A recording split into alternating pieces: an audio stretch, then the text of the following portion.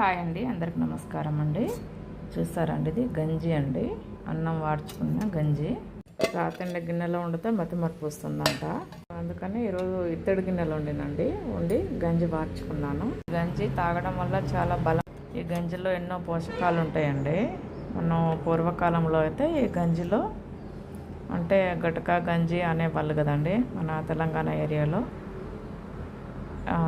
ఇందులో కొంచెం సాల్ట్ వేసుకొని పిల్లలకు కొంచెం తాపిచ్చేవాళ్ళండి.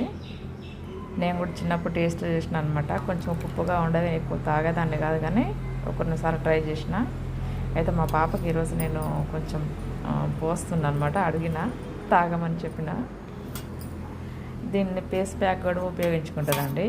గంజిలో కొంచెం బియ్యపు పిండి వేసుకుంటారు అనమాట. వేసుకొని పసుపు అప్లై చేసుకొని పేస్ట్కి పెట్టుకుంటారు, బాగుంటుందంట. నేనైతే మా పాపకి కొంచెం ఇస్తున్నాను.